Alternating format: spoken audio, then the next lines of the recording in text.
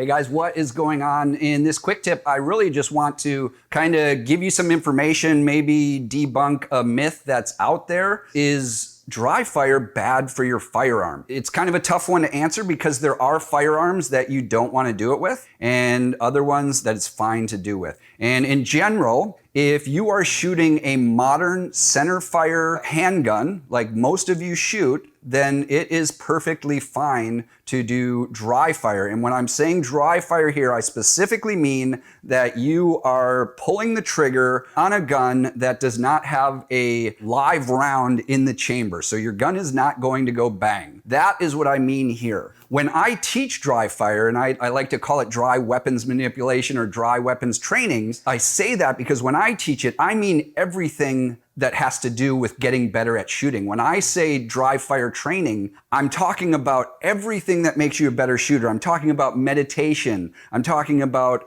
working on your eyesight, working on your grip strength, doing visualization training, planning out your training, working on drawing your weapon, working on clearing malfunctions. All of this stuff is going to make you a better shooter besides this one little last act that you do and squeezing off a round on that trigger. But in answering the question here and busting the myth, in general, no, it's not bad. And one thing to think about is when there is a round in that chamber and the gun does go bang, that's a lot of pressure and a lot of potential damage that could be happening in there. And if nothing goes wrong there, it's not going to happen when the gun doesn't go bang. You know, dropping the hammer on an empty chamber, it's not going to damage the gun if there's nothing wrong with the gun. Guns will break, usually from firing them too much, or maybe there's a defect in them. But in general, dry fire is totally safe, especially if you're doing dry weapons training like I teach, and you are just doing everything that it takes to make you a better shooter. All right, so that is it. Keep on dry firing. And if you like this video, please hit the like button. I'd appreciate that. Share it with somebody if you care about them at all